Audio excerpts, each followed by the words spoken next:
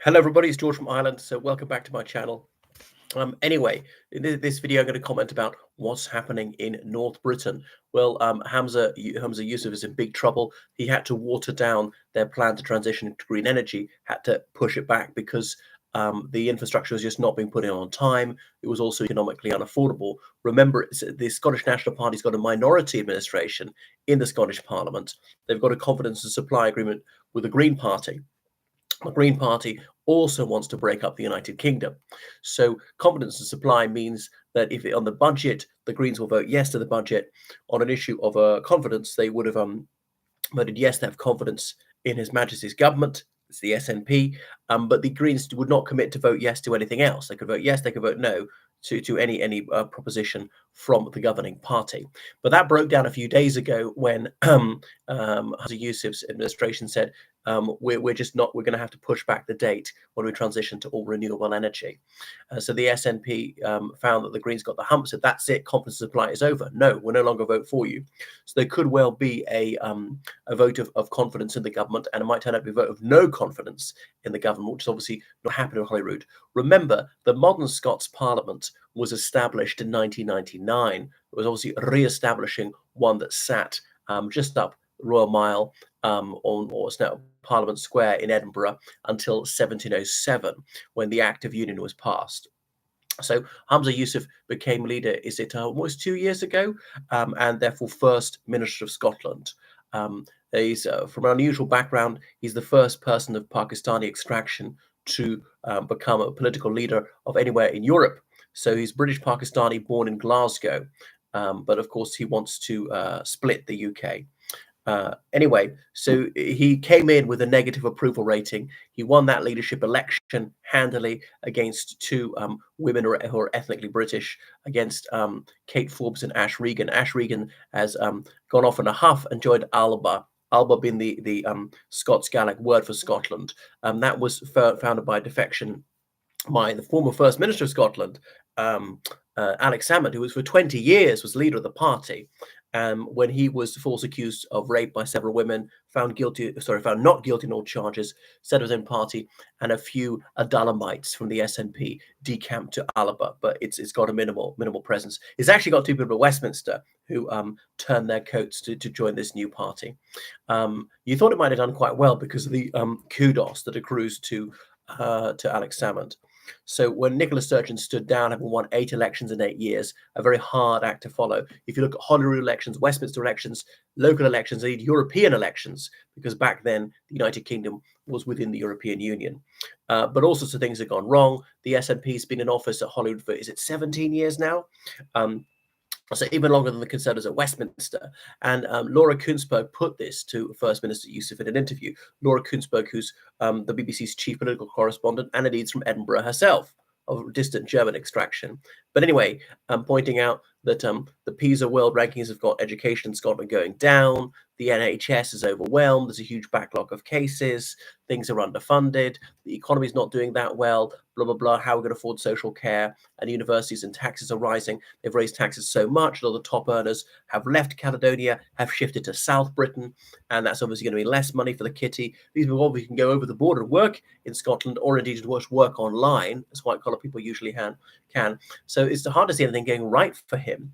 And this idea of breaking up the United Kingdom, that's obviously run out of steam a bit. And there'll be a significant minority who'll never give up that idea, maybe at least 35%. Remember that 2014 referendum, they got 45% of the vote.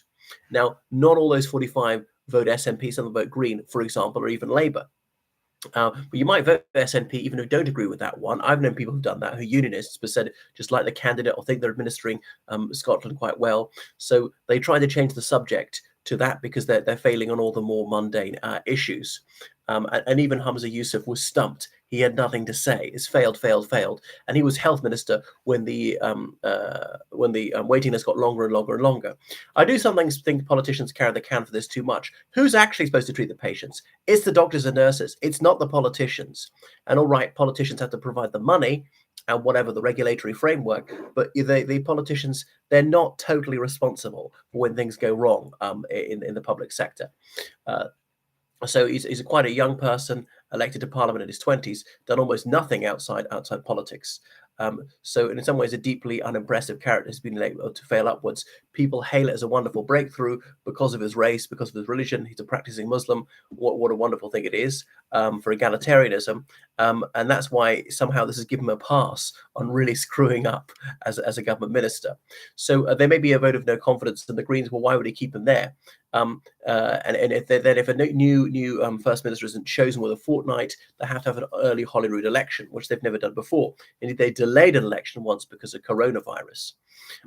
So the obvious candidate is Kate Forbes, who lost him last time. Ash Regan's off in Alaba. Will she try and come back? And when she left, Humza Yousaf said, good riddance. Now, Kate Forbes is a fervent Christian. She's a Cambridge graduate. She's a very impressive young lady. Unfortunately, she recognized a child's right to life and so forth. However, she hasn't had the courage of her convictions to actually vote to try and save children, which is shameful that she's conscienceless when she knows what's going on is extremely evil. So Humza Yousaf will probably be out. Kate Forbes could come in, but who else could there be? I'm not sure. And then there are obviously more travails for the SNP. Peter Morel, arrested, charged with fraud, former treasurer of the party and husband of Nicola Sturgeon, who was First Minister of Scotland from 2014 to 2022 when she stepped down. We admired all these financial scandals, but I think no one's been convicted of anything so far. But they need news like that. They need a hole in the head. It's sort of all gone wrong. And Humza Yousaf has been very aggressive on the trans issues, saying, well, girls can be boys and whatever if they want to, and we can give these very dangerous life-altering drugs to minors without parental consent. It's really shocking. So what else would happen? An early election. But the SNP is not doing as badly as you might think. You see the opinion polls, they're neck and neck with Labour. So the SNP could well pull ahead. You'd expect a governing party after 17 years in office and mid-term to be doing badly. The next Holyrood elections are scheduled for May 2026, but they could be much earlier. They could be a month or so from now. But where they have a new leader, there'll be a honeymoon for her, very likely a her, and they could go up in the polls and they could still win. So it's definitely not in the bag for Labour. So Labour shouldn't be gloating. There's no room for complacency. And even if Labour does win, it almost certainly wouldn't be enough for a majority of the seats in Holyrood. Remember, they've got a mixture of first past the post and a proportional system. You know, they've got your local constituency, you got your regional, you got your region as well, putting several constituencies together.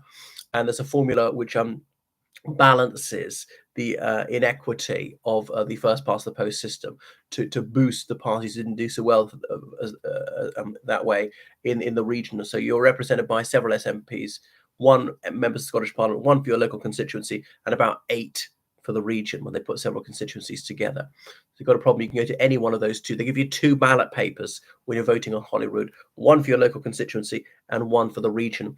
And for the local constituency, you vote for the individual as well as the party. For the region, you only vote for the party. You can't choose the actual names.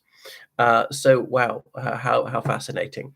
But the SNP, yeah, if they stick with Humza Yousaf, they're in trouble. He came in with a negative rating. It's very, very low now. He's looking exhausted, rather run out of ideas. How they're going to improve things, more money, but then they're killing the goose that laid the golden egg. So thank you for watching my channel. Make sure you subscribe and make sure you donate on PayPal. Toodaloo, everyone.